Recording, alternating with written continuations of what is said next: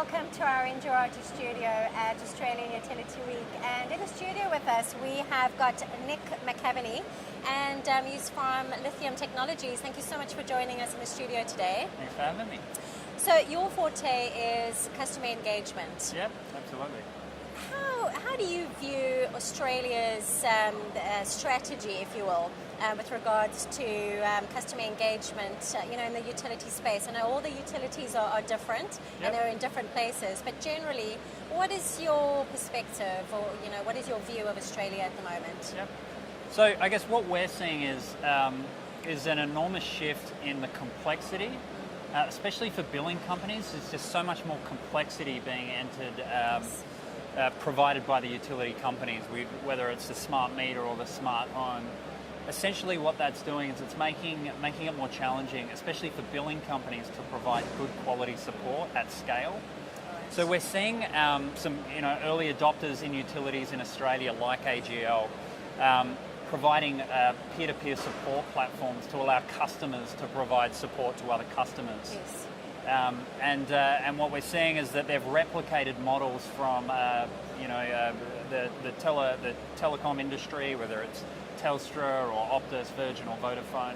They're really replicating those models into utilities because they're finding really that utilities is becoming more complex for the customer. Yes, I have noticed that there does seem to be a lot of learning that is, sort of coming over from other industries. Yep. Do you think the utility space in Australia is really sort of taking notice of that? Looking at the successes, really learning from those experiences. We do. We see technology playing such a large part, and it's a recurring theme that we're hearing across quite a few utilities. Utilities companies to us are saying they're becoming more like technology companies, yes.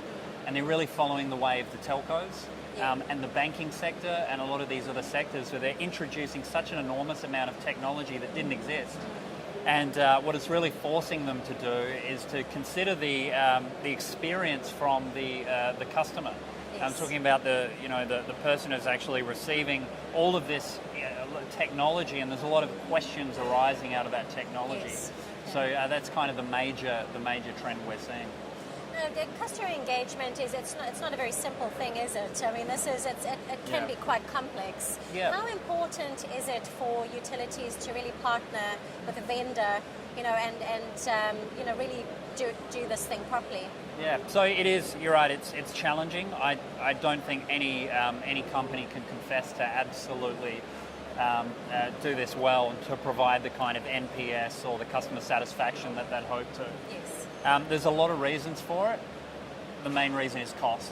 Yes. How do you provide a consistent customer experience for a customer who's experiencing trouble, and they've normally reached out to you because they're probably distressed by a device or a bill, and how do you provide a consistent experience to them? And the approach that we have to that is through our total community strategy. It's really connecting a customer with another customer, and trying to have customers self-service via material that's already been created, or leveraging other customers who are in fact super fans for the company.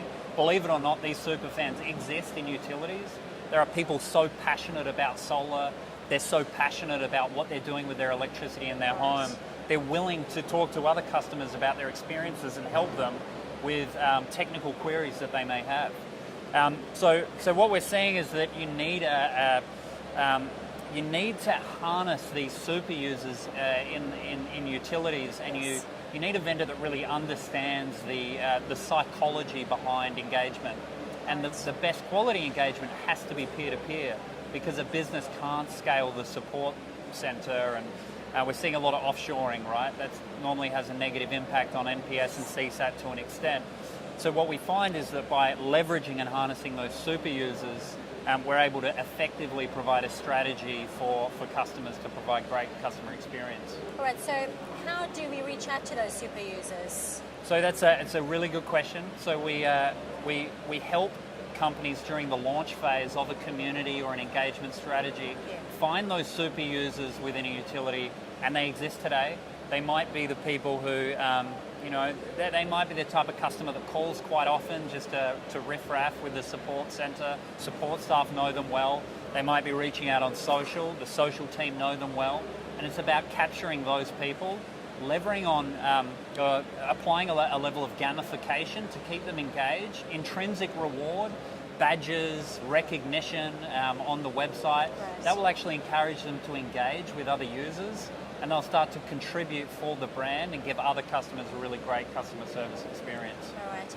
And are there any particular case studies or any research that has actually been carried out with regards to these super users? Yeah. Have you got any figures for us or any kind of Yeah. positive or Yeah. even negative feedback Yeah. from this particular Absolutely, strategy? absolutely. So Yeah. in the local market, customers who are doing this really well, AGL Energy, they were on stage yesterday talking about one particular super user who's spending about 20 hours a week logged in, providing customer support to other customers. All right. He's doing that.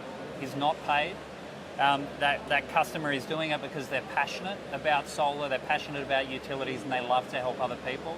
And so that's the type of effort that you can get from a particular super user if you apply that level of gamification. Okay. Very Yeah. intriguing. All right. What would you say is your major sort of market differentiator? Are there quite a few companies who are looking at this, or? Yeah. So we are really a leader in community and peer-to-peer support. Right. We've started in technology. We've moved on to telco. Now working with all of the major telcos in Australia.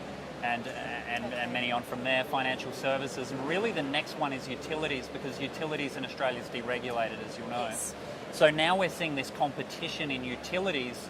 It's about how do we keep customers engaged so they stay longer and they don't churn to these other utility companies based on a price decision.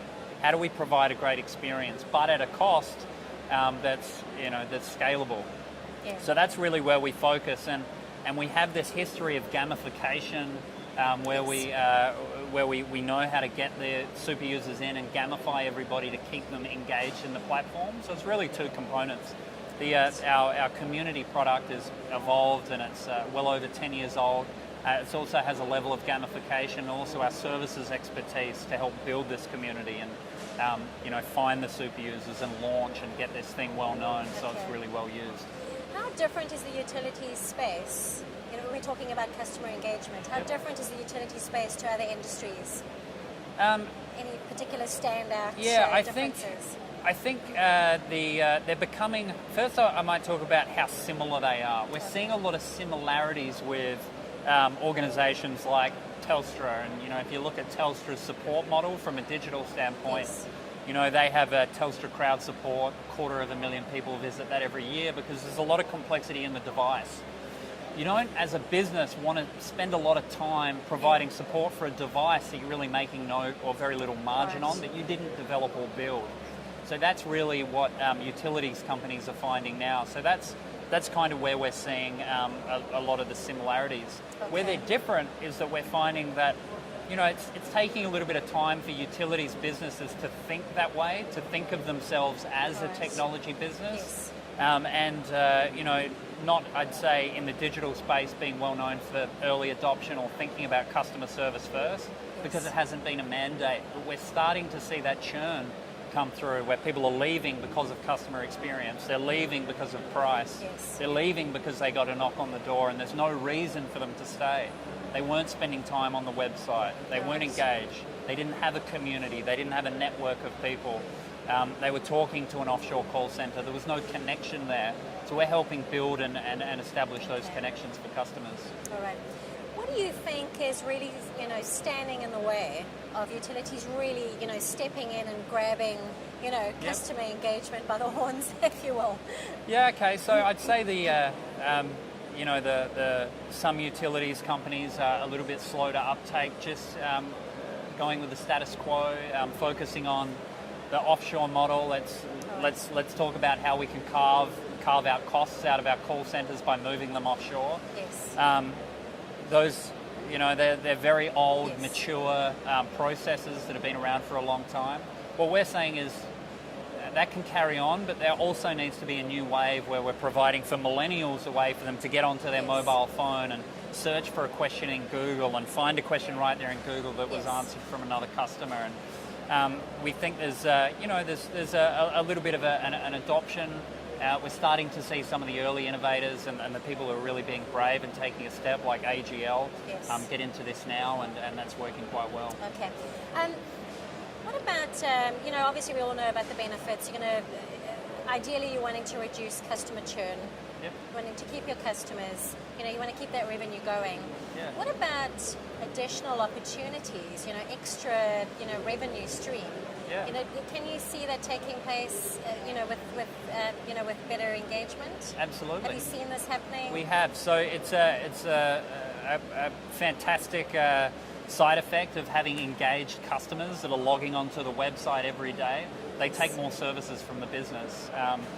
All of our customers report on a larger wallet share from that customer based on their ability to engage that customer. So if you're a customer with a utility and you're just taking one of the few services, you could gamify them, you could provide them a badge based on the type of services that they take from you. You can learn more about them, so you're able to market to them better, so they effectively over time will take more services from you. So there's absolutely a relationship between the amount they engage and the number of services that they take up from a utility. Okay. My last question to you. What would be your piece of advice as you walk away from the conference today? What would be your advice to utilities? My advice to utilities would be really start to think of yourself as a technology business, because that's what you're becoming. It will happen quickly. The conference this week looks very different than it did 5 years ago, or than it would have 5 years ago. So start to think of yourself as a technology business, and think of it this way. If you were starting a utility today, how would you set up your call center? How would you set up customer care? How would you set up engagement? Yes. And really take it from there, because that's what the challenger utilities are doing. All right, so it's a different space altogether now, isn't it? All right. Nick, thank you so much for your time. I hope you enjoy the rest of the conference. There's only a couple of hours left, but I hope it's successful for you. Great. And to our viewers, thank you very much for joining us in the studio, and do have a look at our other videos from the conference. Thank you.